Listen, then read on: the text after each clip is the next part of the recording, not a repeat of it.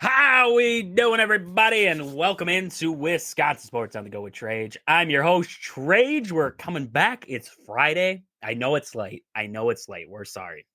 I had a vaccine talk tonight. All right. And okay, we got some great news tonight. I got two things of great news. Most of you guys out there haven't heard number one, which is the greatest news. My wife and I are expecting our first child. So there you go. Greatest news right there. That's the greatest news. Aaron already knew it, so he's acting surprised over there, but he already knew about it. And then so we went to a vaccine talk tonight, basically about what do's and don'ts of giving vaccines to kids and everything like that. But that's why we're a little late. Second great news that I told you guys coming back here. I said Friday I'd have some exciting news for you guys. The show will be broadcasted on 92.3 WOSQ coming soon. February 12th is the start date for that one. We'll be on 92.3 WOSQ. So that's great news there. The show will be on the radio. That's going to be awesome. Just got done talking with some of the radio guys today there, and we're all excited. We're all really excited to get this thing up off the ground there. Start out small, one day a week, work our way up after that, see what happens there. But hey, we got lots to get into tonight. That's enough about that. Lots to get into tonight here. Aaron, how we doing tonight? Aaron is with me tonight here, co-host the show. Aaron, how we doing?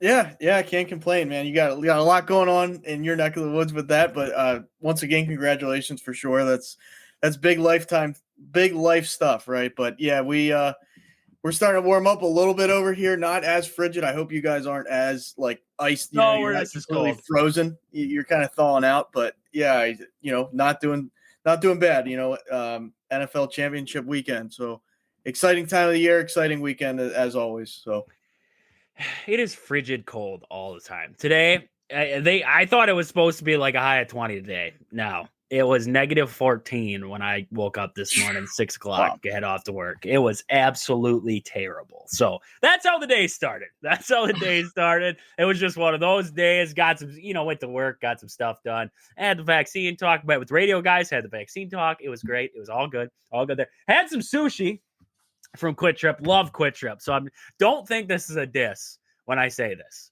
I got some sushi at Quit Trip, okay? And I know what people are thinking, right? Why do you get gas station sushi? I'm fine with it. Like, I don't hate gas station sushi. I love Quit Trip. I love their sushi that they have there. The only problem is this one I feel like just came off the truck because it is rock solid.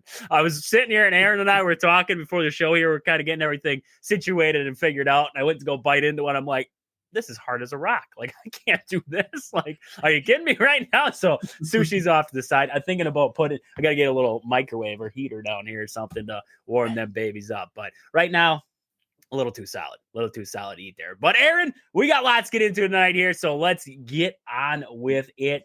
This is the greatest thing that could have happened to the Packers-Bears rivalry. This is the greatest thing. Ben Johnson, recently hired, and I thought it was a great hire for the Bears. He's a great offensive mind to bring into that system. Try to help out Caleb Williams right now. Ben Johnson gave us the most bizarre, I don't even know what to make of the comments that he made.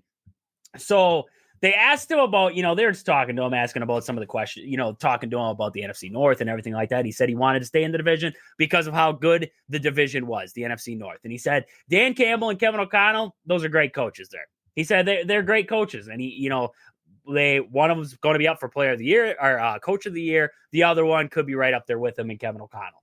And then he came to Matt LaFleur and he goes, and to be quite frank with you, I kind of enjoyed beating Matt LaFleur twice a year. Now, Aaron, I gotta be honest with you. So when I hear that, it's like, okay, right? You're trying to be that Bears guy, right? You're trying to meet the fans' quota at that point. And I get that, right? You wanna get the fans all riled up. Oh yeah, Ben Johnson's coming. He's gonna be the savior to come down here and fix us, just like Eberflus and just like Caleb Williams and just like everybody before that, right? But this is the odd part. This is the odd part for me. Matt LaFleur and Ben Johnson aren't friends. They don't know each other. They know of each other. They're not friends. They weren't coworkers. They didn't work together back in the day. Nothing. You cross-reference these guys. Their paths have never crossed. And yet, this felt like a comment, and I don't know if it's just me, but this felt like a comment like, Aaron, you're going to go coach the or no, let's just go, Aaron, you're going to go coach the Eagles, and I'm going to go up there and coach the Packers there. I'm going to be one of the assistant coaches, right? And you're like, I can't wait to beat Trajan up there. I can't wait to beat Trage, right? Can't wait to beat him up there. Like, we talked here. We're good friends. Like, we're good, right? Makes sense. They're not friends. Low blow beneath the belt, disrespect, tell him how it is. And if this doesn't irk Matt LaFleur, if this doesn't just piss him off, because to me, this would just tick me off. This would get me riled up. Like, let's go. You want to play? Let's play. All right, boys. I don't care if we lose all the games but 2 next year. I want to beat the Bears twice. I said that right when I heard that comment. I was like, I looked at my coworker. We're sitting in the van listening to Bill Michaels. Looked at my coworker. I was like, I don't care if the Packers win all, but they win 2 games next year. I don't care. If it's against the Bears, that's all that matters to me. Just because of that. Just because of this silly, I don't even understand the comment, honestly. Like it was like a friendly, like you're trying to make a friendly joke. I don't know if you're trying to make a friendly joke. Like this was a joke that if Ben Johnson would have, or if you would have made it at like Dan Campbell, okay, I get it. If Aaron Glenn would have stayed in the division and he said, "Oh, I can't wait to beat Aaron Glenn," sure, right, that makes sense. But to say essentially that Dan Campbell and, Kevin O'Connell, those guys, they're up for their 2 guys are up for coach of the year, right? They're up for coach of the year. But I just love beating Matt LaFleur twice. That leads me to another question, Aaron. It almost feels like there's no respect for Matt LaFleur. No respect. And I got to be quite honest. I don't think he's earned the respect. I don't think he has yet. Yeah, you won games. Sure, you win a lot of games. That's awesome, right? But what's going to happen if Lions fans what's going to happen if you just have continuous, divisional round losses? They're going to get upset. They're going to start losing their minds. Look at the Packers. What did they do with Aaron Rodgers when Matt LaFleur got there? It looked good in the regular season. They got into the playoffs. They made it to the NFC Championship game. Fell apart.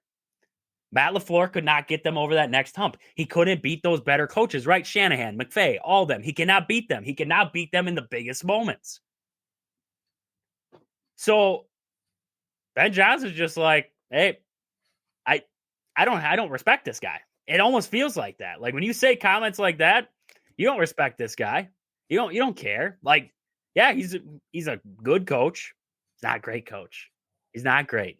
He's not over the top. And I think honestly, if you asked a lot of coaches out there, they'd probably say that, Sirianni, to me, I feel like he's kind of in that same boat too sometimes, where it's like, I don't feel like a lot of coaches respect Sirianni. He's got all the outside noise with him. And, other guys out there, Dable. You got Dable out there. But then you look at the respected coaches, right? Ain't nobody saying that about Mike Tomlin. Ain't nobody saying that about John Harbaugh, Jim Harbaugh. Nobody's saying that about Sean Payton. I guarantee it. They're not talking about him. And nobody's going to say that about Pete Carroll, who for some reason is getting signed back with the Raiders there. That one. But nobody's saying those things about those coaches. Nobody said anything about Dan Campbell, right? Or even Kevin O'Connell. But Matt LaFleur. I don't know, Aaron. I want to hear your opinion. I want to hear your opinion on that one. What do you think about that? When you hear that and you hear, I get it's a Bears thing, right? And he wanted to get his fans riled up. But this is an adversary, right? This is an opposing coach, and most of these coaches don't try to pick fights. But this felt like a low blow to me. This felt like one of them low blow shots that you're like, yeah, I like beating you twice a year, buddy. Yeah, you kind of stay down there. Absolutely. I mean, there's so many different directions I could go with this. Like when I first heard this too, I was perplexed, man. I was like, first of all, the first thing that came to my mind was like, not to, judge a book by its cover and stuff like that, but I'm watching Ben Johnson, walking around this Bears, this building. I guess it's a stadium, right? He's just like in the hallway though. And he just acts like this. He's walking around. He's like Bill Belichick or something. Like I just get this mesmerized. He's mesmerized walking around. Right. Like this thing's a dump. This is a toilet seat sitting next to a lake right now, and you're acting like you're mesmerized walking in here. I almost got the impression like, oh, I'm Ben Johnson. I'm the best thing. I just got this like, yeah. Now I'm rooting against the guy. I don't know, and now I sound like a cheesehead through and through because I'm like anti-Bears as can be, but I'm like, look, man, you've never been a head coach in this league. Like I can appreciate what you did, in Detroit there. And you've done good things, but to take a shot at a guy who's, I mean, like, we're not going to say Matt LaFleur is an elite coach, right? But we're going to say, he's won playoff games. I mean, he had him, very competitive against the 49ers, a season ago, who went to the Super Bowl, out of the NFC there. So I just, Ben Johnson, to me, you're stirring the pot already. Like you haven't even like coached, you haven't been a head coach for a game, right? And you're already like, this Matt LaFleur guy, I'm better than him. Like that's what I got the vibe that like I'm better than you. And it's like, hey, buddy, Dan Campbell was the one manning the ship there in Detroit, not you. That's what I would say. Like until I'm not going to say he's going to be a bad coach. He's going to be a good coach. We don't know. But I mean, you talk about like that's almost like a Rex Ryan approach. Like I'm just going to take shots as soon as I can because I'm the man. I'm feeling myself. I just woke up on the right side of the bed. Like I that rubs me the wrong way. And we cut up Matt LaFleur, plenty on the show. That's not something we're going to hide. But man, like Ben, with all due respect, I would say Ben Johnson. Like if I'm Matt LaFleur, I probably just let it go because you don't want to give them bulletin board material. But I don't almost be thinking if I'm Matt LaFleur, I'm like, who is this guy? Like really, who is this guy? I mean, come on. I love it for the Packers. I do. Because of what you just said. Bulletin board material. You take that baby. Just like, and they said it perfectly. After the Vikings and Lions game, after the game, Dan Campbell, Kevin O'Connell came out. They met each other at the center of the field. And Dan Campbell said, see you in 2 weeks. That's what he told them. The Rams immediately after that took that picture, slapped it up in the locker room and said, this is what was said. And the Rams went out there and they beat the Vikings. And they took care of their business. And that's what I want to see Matt LaFleur do. I want him to take receipts. Dan Campbell went into this last season, and his exact words were, he had games circled on the calendar. And he said, those are the games I can't wait for. And we knew one of them was Green Bay, and we knew there was some other ones on that list. Probably the 49ers, probably some other ones that he felt like they were embarrassed. The Dallas Cowboys with that 2-point conversion, he was going to make sure they annihilated them down there, right? Yep. This is what I want out of Matt LaFleur. I want you to find whatever you can to get the boys up. Get them going, right? Take this and say, hey, you guys are my boys, right? This is what he had to say. This is what he had to say. He loves beating us twice a year. Take it to him. Go down to that toilet bowl in Chicago there where nobody wants to play. Go down there and light them up. And that's all you need. Sometimes that's all you need. You just need to jack the boys up. This is it. And I love it. I love it. I want the feuds. I do. Lovie Smith had that. He said his number one goal when he came into the Bears there was to beat Green Bay. So it's just Ben Johnson trying to steal a punchline, I guess, essentially. But there's no love there. There's no love there between Ben Johnson and Matt LaFleur. These two don't know each other. They don't care. Like we saw Eberflus and Matt LaFleur. I believe they were up at a Marquette basketball game, and they were sitting courtside next to each other. Like that was weird, but like you got over it. You understood it, I guess. Now it's like, I don't understand this one. No, we don't like each other. Now we don't like each other. And I can't wait. I can't wait for Packers Bears now because that, if it's not cinema, should be cinema. Matt LaFleur's got to put that baby up on there like bulletin board material and let his team have it. Because if you can't get the boys up after that, I don't know what it is. I don't know what you can do.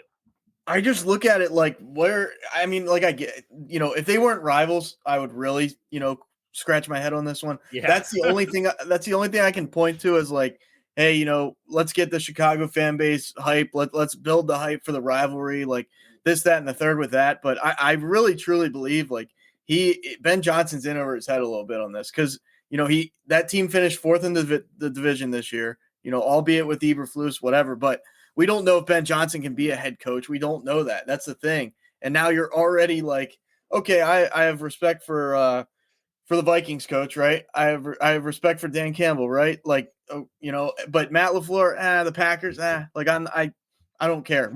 It's almost like he's chalking it up to like, well, we'll beat him the 2 games we see him next year already. Like they haven't even played a game yet with him as the head coach. Like that's bold, man. And I gotta say, like the way he was just carrying himself there in the Bears, facility, Bears Stadium, whatever it might be there. I don't know, man. Like you're real confident, and you haven't coached one game. Like I get you were a coordinator, you saw Dan Campbell do it. Doesn't I mean look how many guys from the Belichick tree tried to do it, couldn't do it. I don't know. He didn't feel like a coach who just lost in a game No. that got kind of lit up. Like he didn't feel like that. He almost looked like he did some smelling salts in the car and then walked in the door like he was at Willy Wonka's chocolate factory and ate the wrong chocolate off the ground, and now he was seeing stuff and floating around. Like that's it was odd. Like it was very he's very energetic. I'll give him that. Like I was watching him on the sideline. I thought he was like a more mellowed out kind of person, maybe got a little hostile every once in a while, but more mellowed out. And then watching him in that press conference and watching him talk to everybody, like he gets out there. He gets out there. I mean, I'm not hoping that the guy fails, because I hate to say that I hope that guys fail. I really do, but he's a coach of the Bears now, and the Bears, they just suck.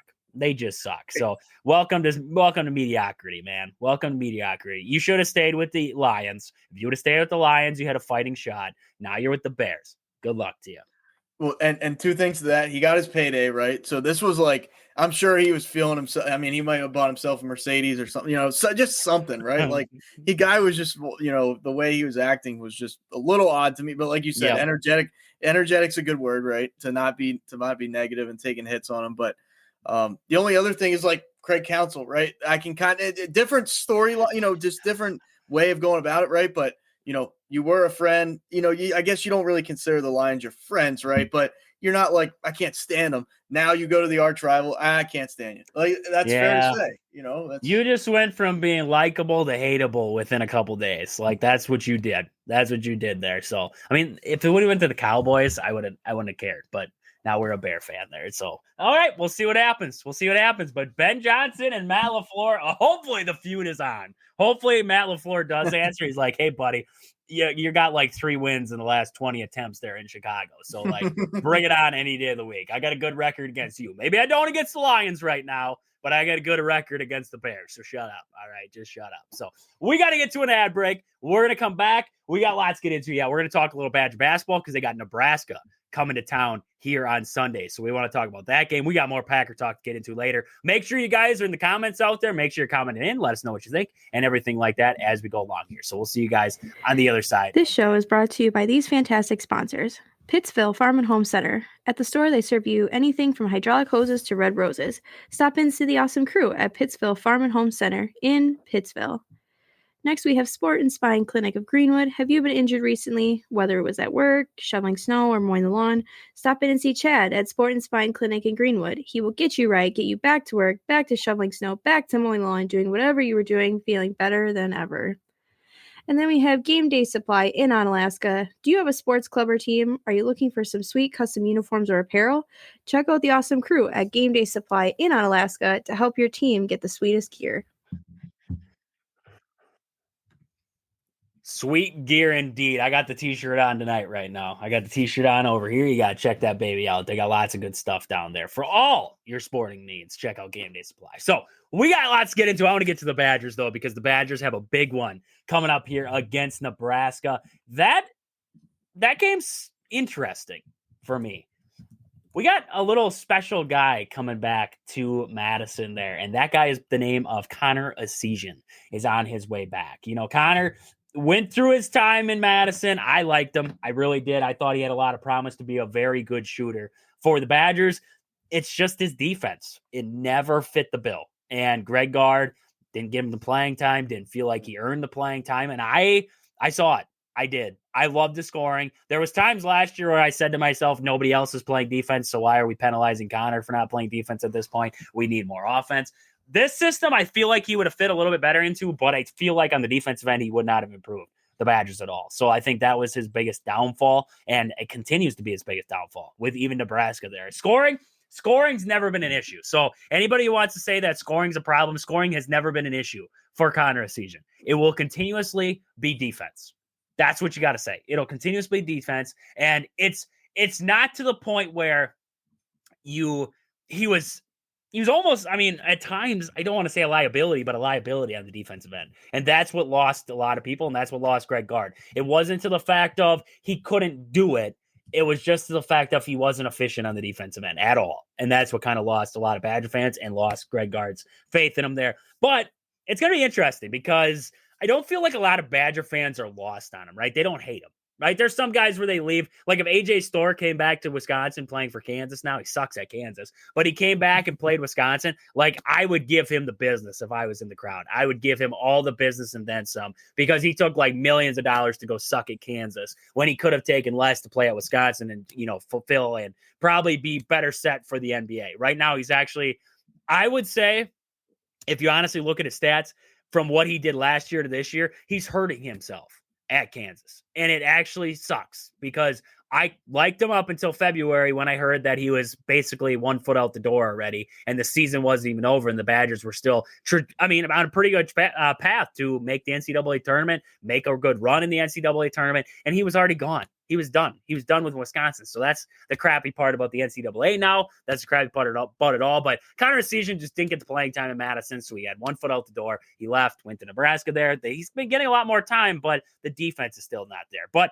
not a lot of hate, right? John Blackwell said, that's my guy for life. I'm proud of him when he's talking about Connor Essegian. Greg Gard, he was asked about Connor Essegian. He said there's a lot of things he's seen this season on tape that he's seen in the past. Said Essegian has benefited from flanked by guards Bryce Williams and Juwan Gary, both fantastic guards. We're going to talk about them, but that's been a lot. And he also went on to say, talking about what they've been doing with him in Nebraska was a lot of the similar stuff that Greg Gard's been running for him in Madison. So you're starting to see a little translation there. Greg Gard's like, I got you. I see what you're doing. I know what you want to do. I'm going to shut that crap down. We hope that he's right there. We'll see what kind of happens there. But we know Connor's a good shooter, right? I want to get some of the key players in this game for Nebraska. First off, Bryce Williams. That's the guy you got to talk about all the time. The senior guard there, 18.5 points per game, 47% from the field. And he's got about 2.5 assists on the season so far. So he shares the basketball well, and that 37% from downtown, not a bad percentage at all. So,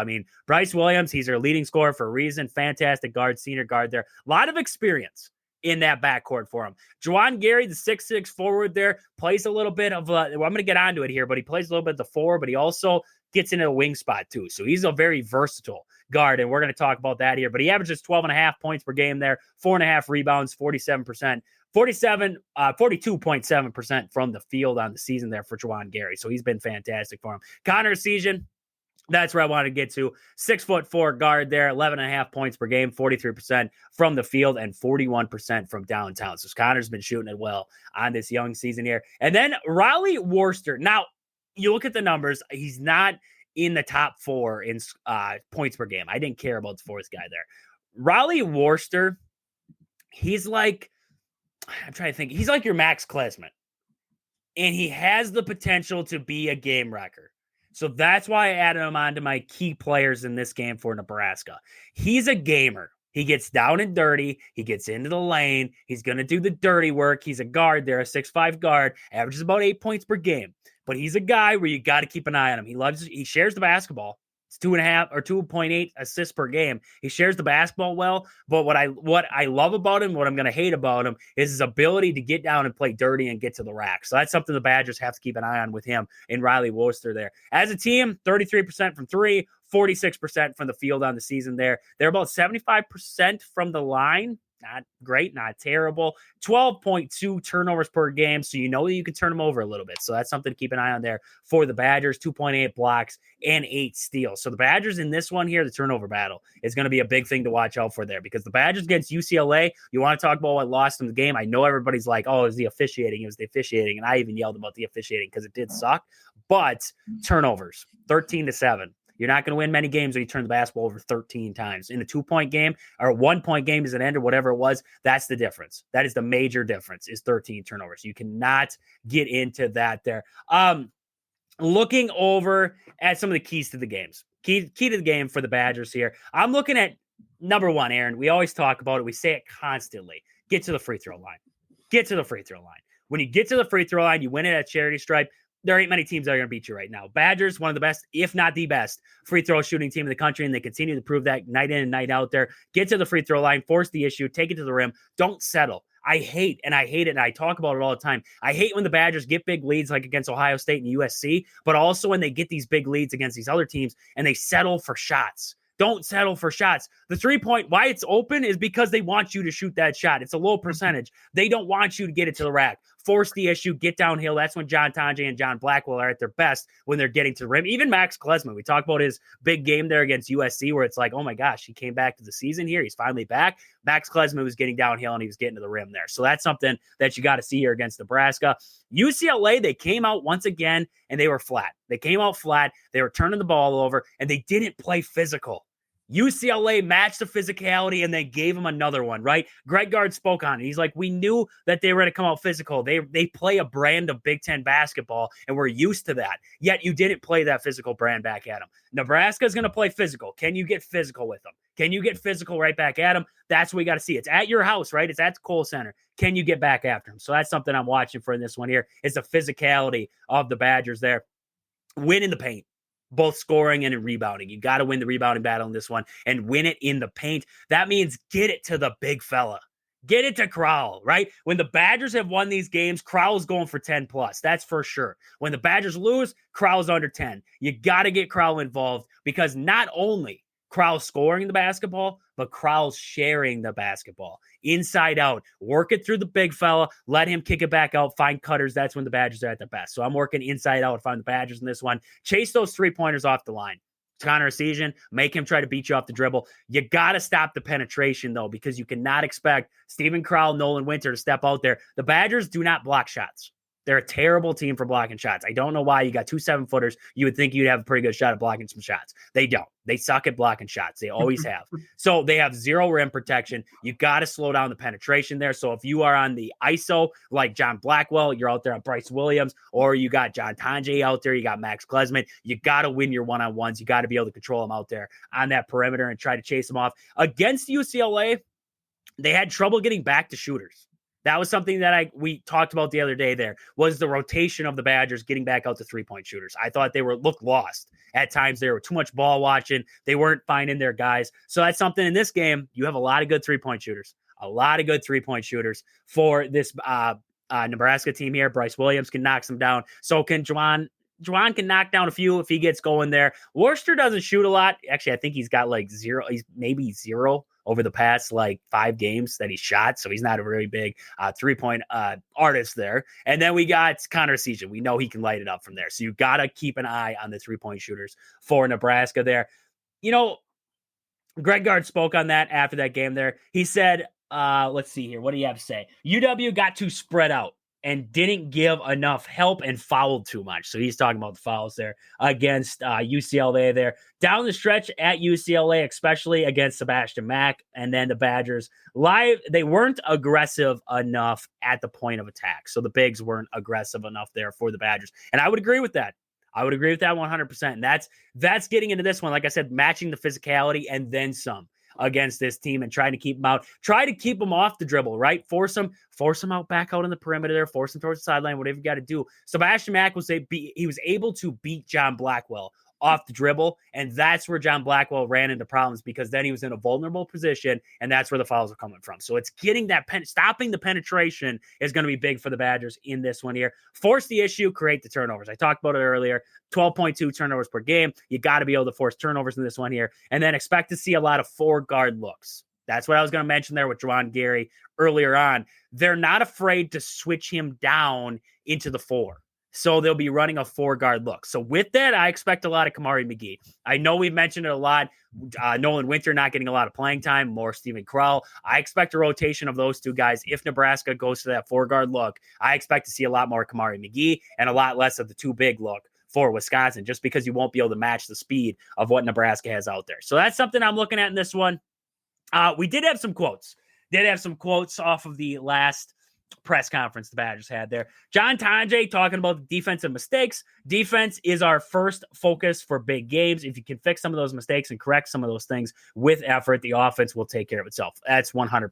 Look at the offense for the Badgers, 80 plus points per game. Yeah, it's hard to beat a team that scores 80 plus points per game unless if their defense does not match physicality night in and night out. And that's the problem with the Badgers in these losses. So that's something I'm looking at. Greg Gard said Wisconsin playing faster on offense has already helped the Badgers in recruiting. So he's talking about the recruiting aspect of it there. He said, this is an appealing way to play. It's smart, not wild. You have to bigs that can shoot. Those are larger than average, and we're talking to. It's an appealing way to play. I agree with that 100%.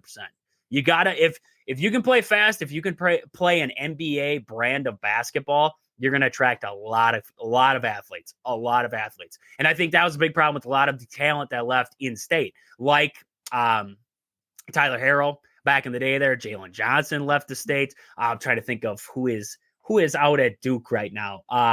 Aaron, you're going to have to look this. Who the heck is out at Knuppel? Con Knuppel, that's what his name is there. Out at Duke there, Wisconsin guy. He just didn't fit the fold in Madison there just because they don't run that style. And hopefully this will attract that talent there, like Greg Gard is saying.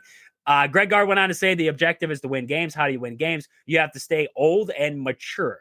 We're in a different era where staying old comes from different sources. Maturity wins, experience wins. You have to make sure your freshmen understand that. And I agree with that. 100%. Talking about, let's see here. One last thing. We got to hit an ad break, but one last thing there.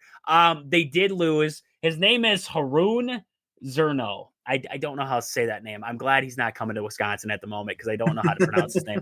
But he committed to Indiana. Now, I don't know how long that's going to last. He's a very good shooter. If you actually watch some of his highlights, he's a very good shooter from over in Bosnia, sorry. But very good shooter. His finalists were Creighton, Virginia, and Wisconsin. And Indiana, of course, but he chose Indiana. I don't know how long that's going to last though, because Mike Woodson is, basically out the door already because Indiana sucks. So I don't know. I don't know if he's going to stay committed there or what's going to happen on that side of it, but we'll kind of wait and see what happens there. Aaron, is there anything else that you saw real fast here from the Wisconsin-Nebraska game?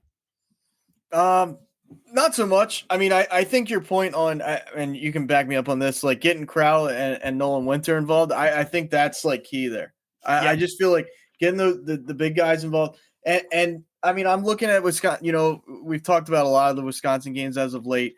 Just not, hanging out at the 3-point line. I want to see him just dominate that paint. You know what I mean? Just take it to him. Like I truly, obviously on paper, Wisconsin's, I would say, far better. But, really come out and assert yourselves in the paint early and just say, like, try and stop us there. Like, try and, we're going to force our will in the – like, it's almost like the NFL when you script the first 15 plays, right?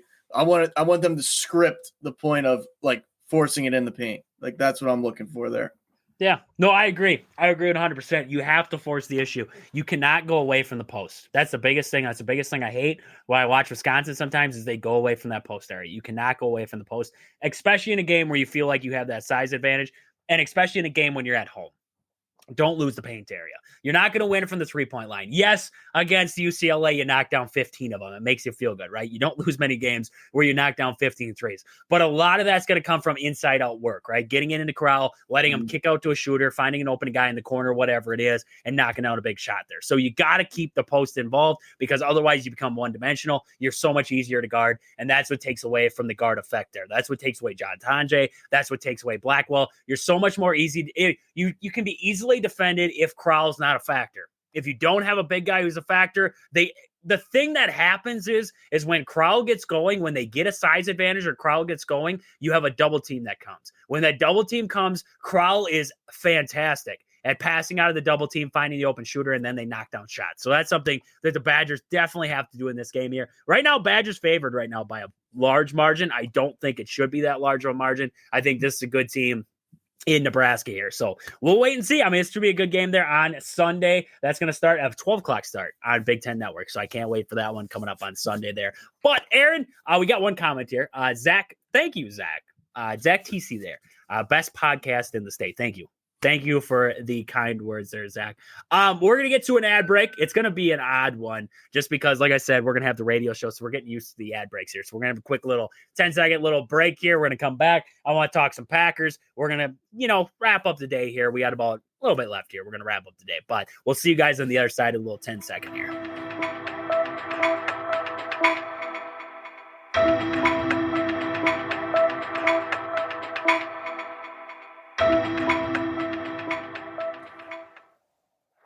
I told you it'd be quick. I told you it'd be quick. I told you we'd be back. That's what I had to tell you there. So we got lots. I want to talk about some Packer stuff today because we didn't get into it much the other day. Kyle was on the other day. We talked about the Bucs. We talked about. We got into just about everything but the Packers, right? So I want to get into the Packers today. So Brian Gutekunst said in his presser, he said the team needs to show more urgency. That was the big thing he said. The team needs to show more urgency. They need to show more urgency. I agree. But I think Brian Gutekunst needs to show me more urgency.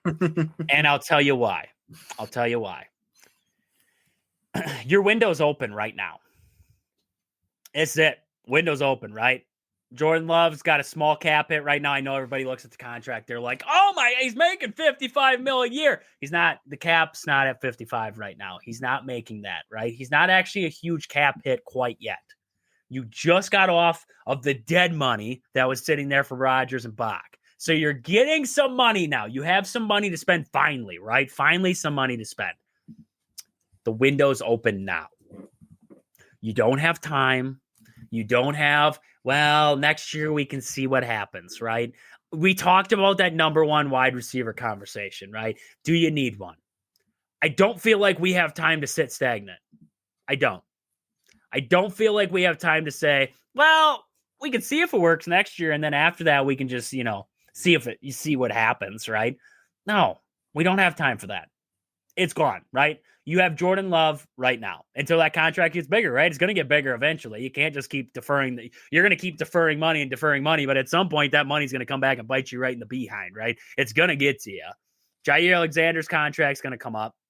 You're going to have, these young guys, Christian Watson and Romeo Doubs and Jaden Reed, Dontavian Wicks, the defensive linemen, some of the younger guys, Edgerrin Cooper, some of this, Evan Williams, Jamie. You're going to, not yet, right? But a few years down the road, you're going to have these guys come up and they're going to say, well, we need our money, right? We need our money. Edgerrin Cooper, I'm a star linebacker like we think he's going to be. I need my money, right? You're going to have to pay him.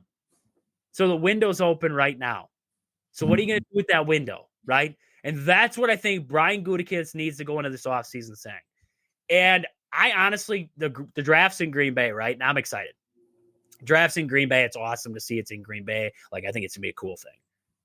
I don't care if we have a first-round pick. I don't.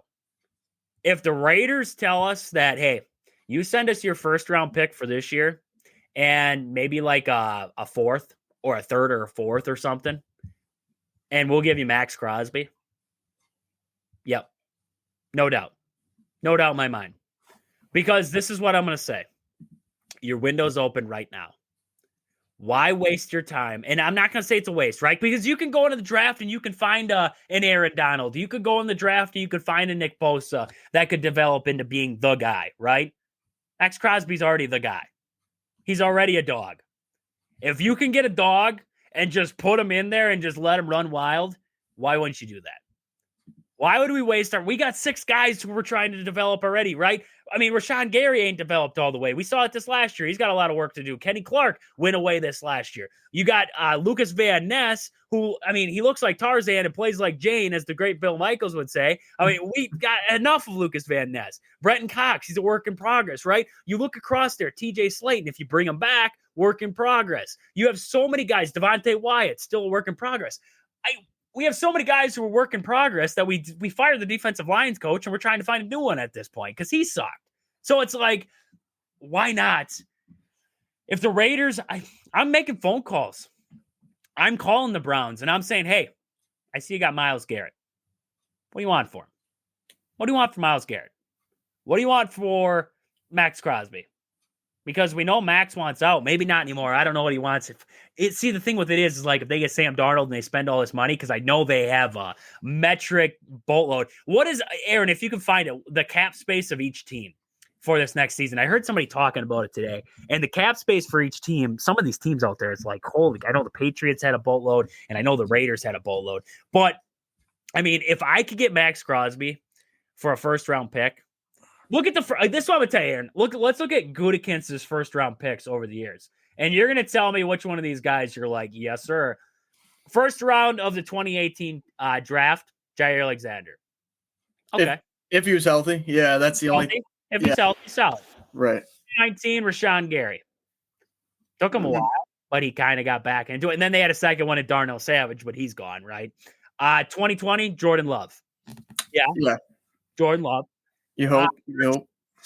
Eric Stokes looked like he could be a hit, and then he got hurt. And then he was just a dud. And we saw it, we've been seeing it. He's just not the same. He was decent, but not the same. Quay Walker. That was your next one. You have Quay Walker and Devontae Wyatt in the 2022 draft. Quay Walker is a work in progress. Devontae Wyatt, when he stays healthy, he's a work in progress right now. But he was good. He was solid. He's good enough. But both them guys. If you could get Max Crosby for the talent that you've been drafting so far, if you could get Max Crosby for that pick, yeah, I don't understand why you wouldn't make that move. That's the move. That's the move you got to make. Because I'm going to ask you a simple question, Aaron. You bring in Max Crosby, right? First round pick, and let's just say a third round pick or whatever. You bring in Max Crosby. And then I know a lot of people aren't about it, right? But okay, let's just hypothetically say, I know some people are looking at like DK Metcalf, and some people are looking at, T. Higgins. We got Devontae Adams out there. Let's just say, to make people happy for 5 seconds, we go and get DK Metcalf, because some people don't want Devontae. They want DK Metcalf. Let's say we go get DK Metcalf for, I don't know if he's actually going to cost a lot, because I don't think the Seahawks want him or need him, just because they have Najigba and they already have Lockett, and I don't think that they want to deal with it. So let's just say you got a future second round pick, maybe, and a third round pick, or a second and a fourth. You just retooled your offense with 2 proven guys. If they can stay healthy, which we knock on wood, right? You hope so. If they can stay healthy, you just upgraded your wide receiver room, which was a problem, and you needed a number 1 guy. That's a number 1 guy. And then you had a problem in the pass rush. You upgraded that. You can grab corners and safeties and everything galore. How many, honestly, I would love to see the stat. I don't know what the stat is of the cornerbacks and safeties that go in the first round that are hits, because I guarantee you there's not a lot. But if you look at the late round guys, look at Evan Williams. He's a 7th round. I believe he's a 7th round dude, if I'm not mistaken. Let's see here. 2020, he'd been 2023. I don't have that list in front of me here. Evan Williams, but he was later rounds. I know he was later rounds. You got Evan Williams up there where he was drafted. Yeah, 111th. Where was that at? Let's see. 111. That'd be probably like 3. Was that like 3 or 4? 4. I want to say 4. Yeah. Let me see here. I'll get the. But I look at the amount of guys. 4th round. Yeah. 4th round. Look at Evan Williams. He was a star rookie safety for you, and health was a problem, right? He kept getting banged up out there, but look what he was able to do. And he came in the 4th round. So you can find that talent. We haven't found talent. Look at the talent pool that we've been grabbing even in the 2nd round, right? Josh Jackson from Iowa, cornerback there. That was a 2018 draft. They're gone. Actually, Oren Burks, I believe that is the guy who made the hit from the Eagles there. I believe that's him. I believe he was drafted by the Packers there back in 2018. So they had him. They drafted him up in that 3rd round. But outside of that, you look at the rest of these drafts, and you see Elton Jenkins. That was a solid one. I love Elton Jenkins. And then I look down the line, A.J. Dillon. He's probably gone. So, it's whatever at this point. Josh Myers. Some people love him. Some people hate him. He's a good enough center. He's not great. Let's see here. Christian Watson. I love Christian Watson, but health's always been the problem. Where are you losing if you trade away some picks here? Sometimes I wish Goody wouldn't hold on to picks like he's like on a death grip. Sometimes I wish he would just make a move. Trade it away. Get us a bona fide star. Somebody who you just know is going to be that dude. That's what I'm looking for. We talked about an Eagles game, right? I told you straight point up. I said, they got a lot of guys. They don't got a lot of dudes. You need to have a bunch of dudes, right? And they don't have them guys. They don't have those stars, right? And that's the biggest thing. Like, you look at all these teams, right? All these teams. The Bills, the Commanders, the Eagles, the Chiefs right now. Look at all the teams in the championship games coming up this weekend.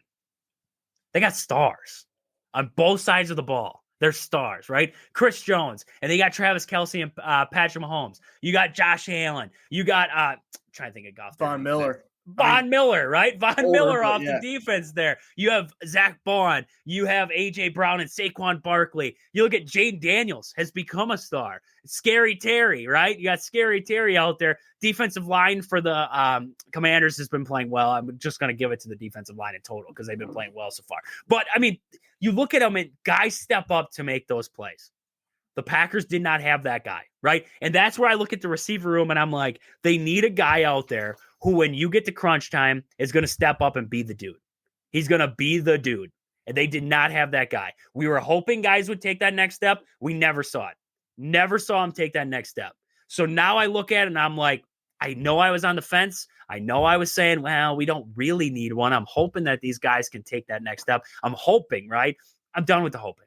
You got the money. You got the willpower. You got the picks. Trade them, find somebody, make it work. That's where we're looking here. So we got a little bit more Packer talk to get to on the other side of this break. We got to hit a quick break. We're getting past our quota here, right? We got to hit our quick break. Come back. I want to get to our picks for the weekend. I don't want to miss out on that. We got to get to our picks to the weekend. I got one more question with the Packers. We're going to get to that. We're going to get to our picks, and then we're going to wrap it up for the day. So we'll see you guys on the other side of the ad break. This show is brought to you by these fantastic sponsors. Marshfield Motor Speedway, located 3 miles outside of Marshfield on County Road H. Tons of family fun for all ages. Great food, great drinks, great racing. I cannot think of a better way to spend a summer day or night than down at the track. Next is Sports Scene in Marshfield, Wisconsin, located at the Marshfield Mall. Get down there and see Al. He has everything you need, from sports cards, memorabilia, jerseys, model stock cars. He's got it all. Sports Scene in Marshfield. And then we have Peggy Sue Beslick, Century 21. Do you want to find your dream home or maybe looking to sell your current property? Let Peggy Sue Beslick at Century 21 help you with all of your housing or property needs.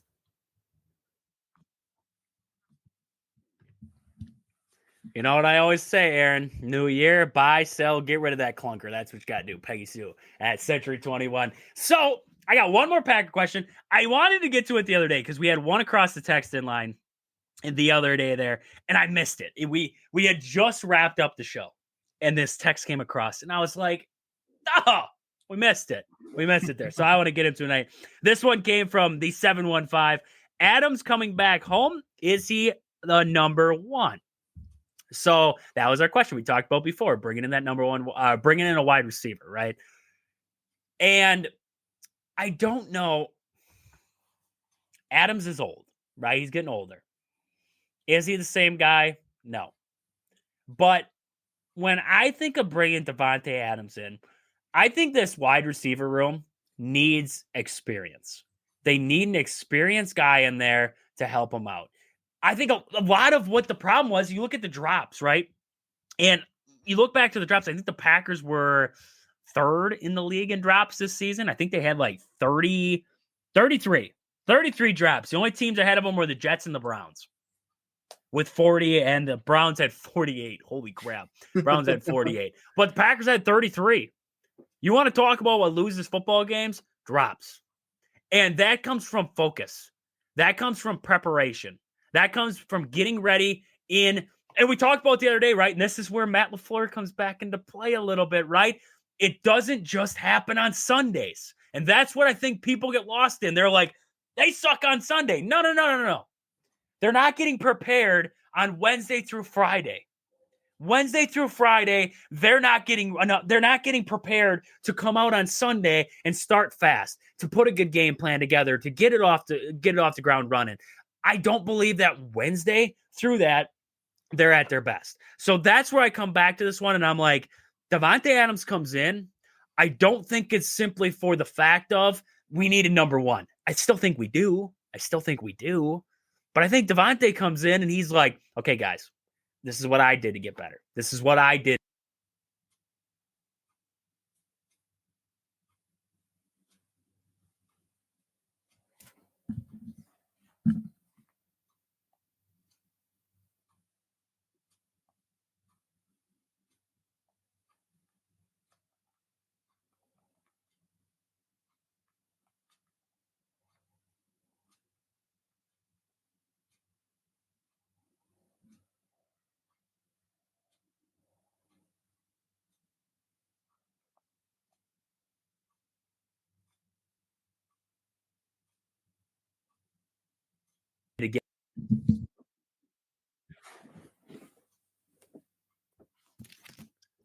Am I back? Are we You're back? back. We're You're good. good. You're We're good. good. Yep. I don't know what the heck happened there. I don't know what the heck happened. I was losing to you or you losing me. I don't know what the heck was happening on our end there. But I look at Devontae and I'm like, you bring in a guy like Devontae for experience. That's what I would say. I wouldn't be opposed to it. I wouldn't be opposed to it at all because I feel like they have a lot of guys, like we talked about Jaden Reed. We were waiting for him to take the next step. And a guy like Dontavian Wicks or a guy like Romeo Dobbs taking that next step. I feel like a guy like Devontae Adams being there because, like I mentioned, you had Devontae was in his youth when you had Jordy. When you had Jordy in his youth, you had James Jones, you had Donald Driver. You were building these guys up. You were giving them an experienced room to learn from. I think that's what this Packers young core is missing is that experienced guy to get him over that hump. So I wouldn't be opposed to it. I wouldn't be opposed to it. Does it bring in a bona fide number one? No. Does it bring in a pass catcher in the red zone? Yes. And I think that's what the Packers could use is a pass catcher in the red zone who could get himself open. So I wouldn't be opposed to that there at all. But Aaron, we got just a short little time. We got like a minute 30. So we got to ramble these off fast here. Let's go with the quick picks. We got the quick picks here, Aaron. Give me your AFC champion. Give me the AFC champion right now. We got Bills, Chiefs. That's going to be coming up on 5:30 on January 26th. So that will be on Sunday. That's gonna be the late game. I gotta go Chiefs. I just think they'll figure it out again. They'll go for the third straight time. As much as it pains me to say, I think the Bills come up short once again. It feels like this could be the Bills' year to get over the hump, but just the Chiefs find a way. We can argue how, but they find a way. So unfortunately, I do think the Chiefs pull that out. Give me the Bills. Give me the Bills. I think they rattle it off. They find a way. Josh Allen gets over the hump, and he finds a way, and they win this one here. Next up, Eagles, Commanders. NFC on the line. Yeah, not even saying this because I'm an Eagles fan. I think the Eagles do more. I don't think Washington can stop the run very well at all, and they haven't. So I just think Saquon should have a good day. I think the passing game looks better this week, and I just think the Eagles defense is going to give Jaden Daniels a lot more complications than he had against Detroit, albeit, I know they were all banged up. So give me the Eagles. I think it might be very close, though. It's division rivals and, NFC championship. So everything on the line. This is what I heard.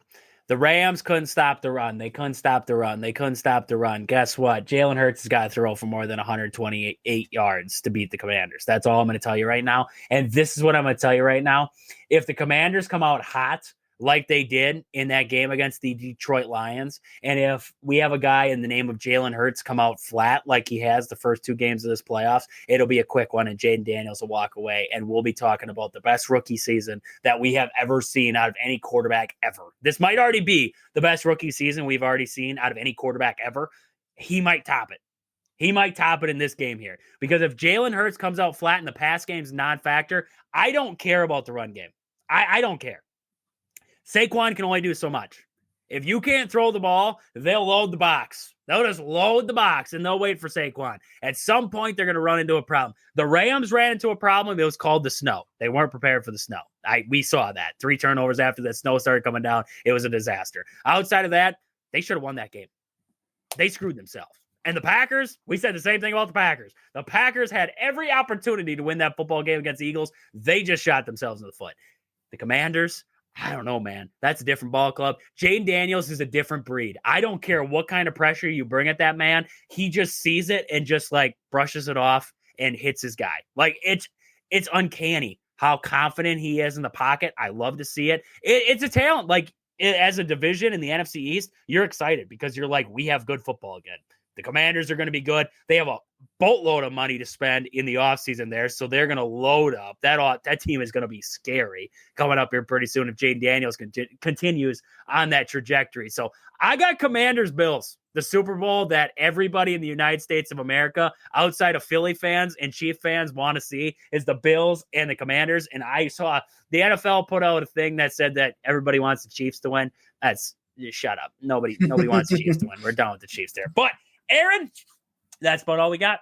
That's about all we got for today. It was a quick little show here. We're trying to get adjusted, right? We mentioned to you guys, and like I mentioned earlier, Make sure you guys follow us across all social media platforms, Facebook, Twitter, Instagram, everywhere, TikTok. You can find us there. You can find the live stream there. But we will be going on the radio here, 92.3 WOSQ. We're going to be jumping on the radio February 12th. That'll be Wednesdays. Every Wednesday, 7 to 8, our show will be on there for the start. And then as we go on, we're going to add more dates. We'll get more stuff added up. It'll be great. So with that, that's about all we got for today. For Aaron and myself, this has been Wisconsin Sports on the Go with Trage. Thank you all for tuning in. We'll catch you guys back here on Sunday.